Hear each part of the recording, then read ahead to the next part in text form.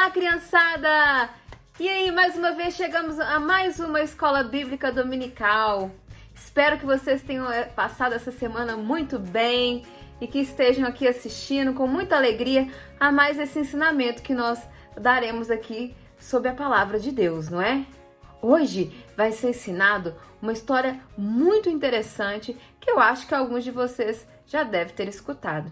Mas antes, a gente, como de costume, vai começar nossa aula com uma oração. Senhor Deus e Pai, agradecemos a Ti por mais esse dia, mais essa oportunidade que o Senhor está nos dando aqui, estarmos juntos nessa escola bíblica para aprender mais de Tua palavra.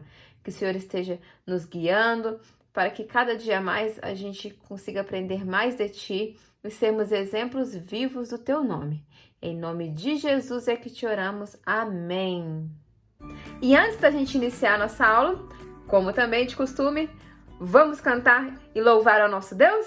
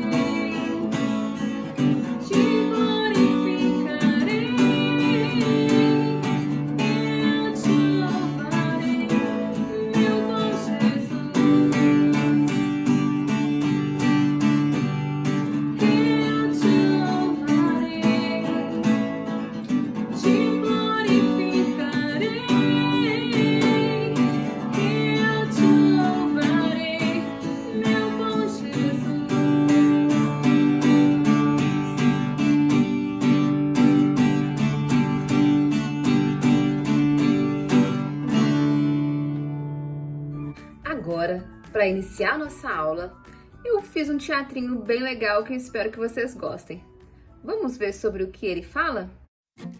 Estava eu um dia assistindo um programa de TV muito interessante para me distrair depois de um dia muito cansativo que eu tinha tido. Mas já estava quase na hora da janta.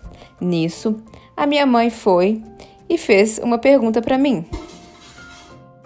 Filha, a janta tá pronta, vem? Senão esfria. Neste caso, para eu responder essa pergunta, eu tenho duas opções. Situação número 1. Tá, mãe, já tô indo então. Então vem. Situação número 2. Ai, mãe, rapidão. Tá acabando aqui o programa. Me dá uns 10 minutinhos que eu tô indo, tá bom? Rápido então, senão esfria. Vocês por acaso sabem o que representa ou representou esse teatrinho? Ele representa um tipo de chamado. Isso mesmo. A minha mãe me chamou para fazer algo que ela pediu, que no caso era jantar junto com ela, não é? E eu deveria fazer o que mesmo? Deveria atender o chamado dela porque minha mãe é autoridade sobre a minha vida. Mas nem sempre a gente atende na hora esse tipo de chamado, não é? Mas hoje iremos contar uma história de um tipo de chamado que é impossível a gente resistir. Isso mesmo, é impossível a gente negar, falar que não, daqui a 5 minutinhos eu vou, não, deixa eu terminar isso aqui que eu já tô indo. Não, é um chamado que a gente atende na hora. E você sabe o que é isso? Sabe do que eu tô falando? Não? Sim? Bom, vamos ver o que a gente vai falar hoje na aula? Vocês se lembram que na aula retrasada a gente falou sobre um apóstolo que ele não veio junto com os outros 11 apóstolos, ele veio depois que Jesus já tinha subido aos céus? Qual que era o nome desse homem mesmo? Oi? Não tô escutando. Isso mesmo, Paulo era o nome desse apóstolo. Vocês sabiam também que ele foi o responsável por escrever várias cartas do Novo Testamento? Mas foi só isso que ele fez? Quem era realmente esse homem Paulo? A gente vai conhecer agora. Paulo, ele era um homem muito inteligente e era um cidadão do Império Romano. Era o império mais forte da época. Além disso, Paulo era um homem muito sábio e culto, porque ele havia estudado com um homem também muito inteligente da época, chamado Gamaliel. Paulo era judeu e sabia que ele era descendente de uma daquelas 12 tribos lá do Antigo Testamento? Qual tribo? Benjamim. Isso mesmo, Paulo era descendente lá da tribo de Benjamim. Por ter estudado com esse homem chamado Gamaliel, ele conhecia muito bem o Antigo Testamento e tudo que estava escrito lá. Porém, Paulo também era o quê? Um fariseu. E os fariseus eram quem mesmo? Eles gostavam de pessoas que pregavam a Cristo? Não. Sabe por quê? Porque eles não criam que Cristo era o Messias prometido lá do Antigo Testamento. Vocês se lembram que foram os próprios fariseus que acusaram Jesus para ele ser preso? Então, eles realmente não gostavam de Jesus e de ninguém que pregasse a palavra de Cristo. Por isso, Paulo, como fariseu, era um dos homens que sabe o que ele fazia? Ele perseguia os cristãos. Jesus já tinha sido assunto aos céus, ele já tinha voltado aos céus, já tinha ressuscitado. Mas a perseguição contra os cristãos, aqueles que se converteram, aqueles que creram em Jesus, era muito grande ainda. E Paulo era um dos responsáveis por mandar prender esses homens e mulheres que criam em Cristo. A Bíblia relata um acontecimento em Atos 7,54 de um homem que foi perseguido, apedrejado e morto só porque ele cria e pregava da palavra de Deus. Esse homem se chamava Estevão. E sabe quem estava lá do lado, vendo tudo o que acontecia e concordou com isso? Paulo. Paulo estava lá, viu tudo o que estava acontecendo e concordou com a morte de Estevão. Mas vocês devem estar se perguntando, mas tia, por que você está me contando uma história tão triste? Na verdade, ela pode ter se iniciado um pouco triste, só que ela está prestes a mudar e a dar uma cambalhota, porque ela vai mudar completamente o rumo da vida de Paulo. Naquela época, Paulo sabia que existia uma cidade chamada Damasco, onde várias pessoas passavam por ela. Sabe por quê? Era uma cidade muito comercial, muito central. Ele sabia também que nessa mesma cidade já estavam se formando grupos de pessoas que se diziam cristãs e que estavam pregando a palavra de Cristo dentro das sinagogas. Então, ele teve um plano. Que plano foi esse? Paulo queria prender esses cristãos, não é?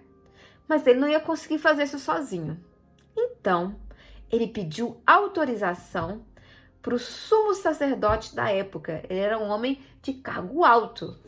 E aí ele pediu essas cartas para autorizar Paulo a prender todas aquelas pessoas que se diziam do caminho, ou seja, que eram cristãs. Infelizmente, Paulo estava com o coração muito endurecido. E por mais que ele conhecesse muito bem o Antigo Testamento inteirinho, ele estava cego para as verdades de Cristo. Então, enquanto ele estava no caminho para Damasco, que podia demorar até uns 6 dias, porque naquela época não tinha carro, né? Algo maravilhoso aconteceu. Uma luz bem forte apareceu bem na frente de Paulo. E dessa luz saiu uma voz. Neste momento, Paulo caiu com o rosto em terra, porque ele não conseguia enxergar tamanho brilho e tamanha luz que estava na frente dele. E vocês, sabem o que, ou melhor, quem era essa luz? Moisés? Elias? João Batista? Não, era o próprio Jesus Cristo que estava ali, falando diretamente com Paulo. Vamos ler na Bíblia como foi essa conversa dos dois? Vamos abrir em Atos 9, de 3 até 6. Vamos? Seguindo ele, estrada fora, ao aproximar-se de Damasco, subitamente uma luz do céu brilhou ao seu redor, e caindo por terra, ouviu uma voz que lhe dizia: Saulo, Saulo, por que me persegues? Ele respondeu: Quem és tu, Senhor? E a resposta foi: Eu sou Jesus, a quem tu persegues. Mas levanta-te e entra na cidade, onde te dirão o que te convém fazer.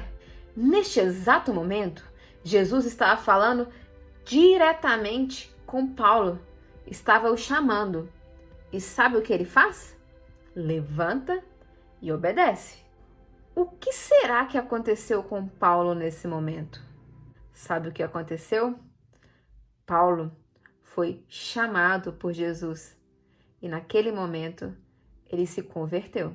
As pessoas que estavam junto com Paulo até viram alguma luz e chegaram a escutar alguma coisa, mas não entendiam nada. Sabe por quê? Porque Jesus estava falando diretamente e somente com Paulo, e somente ele podia entender esse chamado, que é individual. E vocês sabem por que isso aconteceu? Porque todo o processo de conversão, todo chamado, ele é individual. Ele acontece no momento e de maneira diferente com cada pessoa. Mas por que Jesus chega para Paulo e pergunta: por que você está me perseguindo, se na verdade Jesus já estava morando nos céus? Isso acontece porque para Jesus, perseguir um cristão é o mesmo que perseguir a ele mesmo. Jesus nos ama e cuida de nós.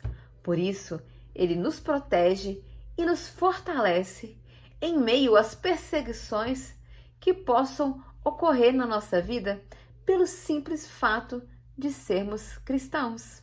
Depois que Paulo se levanta, ele estava cego, porque aquela luz o cegou naquele momento. Mesmo assim, ele termina de chegar em Damasco. Mas ele era o mesmo homem que tinha saído lá de Jerusalém? Não. Ele tinha mudado completamente o seu ser. Jesus tinha mudado o coração dele. Agora, ele era um servo de Jesus, chamado pelo próprio Jesus para ser instrumento nas mãos dele para pregar o evangelho. Olha que coisa maravilhosa que Jesus fez na vida desse homem. Paulo ficou 3 dias sem enxergar nada, sem comer nada e sem beber nada. Ele devia estar muito envergonhado das coisas que ele fez durante a sua vida antes dele conhecer realmente a Cristo, não é? Mas a partir daquele momento, nasceu um novo homem totalmente regenerado por Cristo. E esse homem seria o responsável por levar a palavra de Deus e o Evangelho para muitas pessoas em locais totalmente diferentes. A partir daquele momento, Paulo deixa de ser um perseguidor para ser um homem perseguido. Assim como vários cristãos da época já estavam sendo perseguidos, Paulo também iria entender o quanto valia sofrer pelo Evangelho de Cristo. Paulo, durante todo o seu ministério, ele realizou 3 grandes viagens missionárias. Porém, em todo esse momento, aconteceu várias coisas difíceis com ele. Ele foi apedrejado, ele foi expulso da cidade, ele estava num navio e o navio naufragou, ele foi humilhado. Mesmo assim, ele em momento nenhum deixou de levar a palavra de Cristo. Mas Paulo, ele fez isso porque ele era um homem diferenciado, um homem mais inteligente, um homem que era melhor do que os outros? Não. Até porque ele fez muita coisa ruim antes dele ser convertido, não é? Na verdade, Paulo só estava conseguindo fazer aquilo tudo, passar por todas as provações, por conta do Espírito Santo que agora habitava no seu coração. Um amor tão grande que surgiu vindo de Cristo para que ele pudesse usar a sua própria vida para levar a palavra de Cristo, para ele poder ser usado como instrumento para levar o Evangelho a muitas pessoas. Uma perguntinha para vocês. Quantos livros tem o Novo Testamento mesmo? Acertou quem disse 27. 27 livros, ok. Mas desses 27, quantos foram escritos por Paulo? Aí já fica um pouco mais difícil, não é? Vocês sabiam que 13 desses livros que estão no Novo Testamento são cartas que Paulo escreveu? Elas começam em Romanos e vão até Filemon. Mas por enquanto deixaremos vocês curiosos e vamos contar mais sobre essas cartas que Paulo escreveu e os ensinamentos que foram muito valiosos nas próximas aulas. Viu, criançada, como um homem que antes foi um dos maiores perseguidores dos cristãos e depois foi usado pelo próprio Cristo para levar a sua palavra? E sabe o que a gente aprende com tudo isso? Por mais que a gente ache que tem determinada pessoa que é muito ruim aos nossos olhos, que fez coisas que a gente considera absurda, essa pessoa pode sim ser convertida pelo Espírito Santo e ser usada como instrumento de Jesus para pregar e levar a palavra dele. Então, qual que é a sua e a minha missão mesmo? Levar a palavra de Cristo para o máximo de pessoas que a gente conseguir. Porque quando Jesus chamar alguma dessas pessoas, você pode ter certeza que esse será um chamado irresistível. Isso mesmo, a pessoa não vai poder dizer, espera só mais 5 minutinhos. Não, é um chamado irresistível e que a pessoa vai atender na hora esse chamado de Cristo. O versículo para a gente memorizar está em Atos 12, 24. Vamos ler juntos aqui na tela? Entretanto, a palavra do Senhor crescia e se multiplicava. Ou seja, mesmo em meio às perseguições que aconteciam e que podem estar acontecendo hoje, a palavra de Deus continuará a ser proclamada, porque quem é o guardião da palavra e o guardião dos próprios cristãos é o próprio Jesus, e ele não vai permitir jamais que essa palavra deixe de ser proclamada. Para a atividade dessa semana, vou pedir para vocês lerem a passagem que está em Romanos 9, de 3 a 5.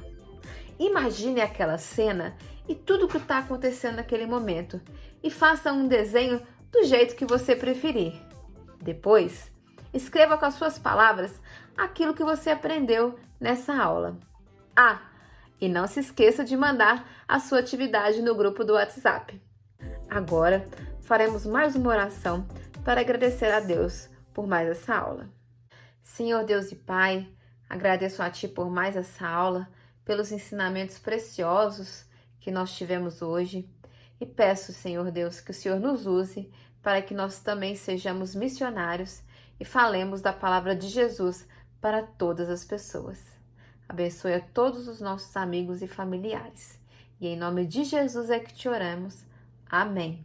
Infelizmente, a nossa aula chega mais uma vez ao fim. E eu já tô com saudade de vocês, de novo. Olha, que Deus abençoe muito a vida de vocês, continue cuidando de vocês, dos seus amigos, dos seus familiares. E não deixem de orar e lerem a Bíblia e aprenderem mais sobre a vida de Cristo. Deus abençoe muito vocês. Um beijo!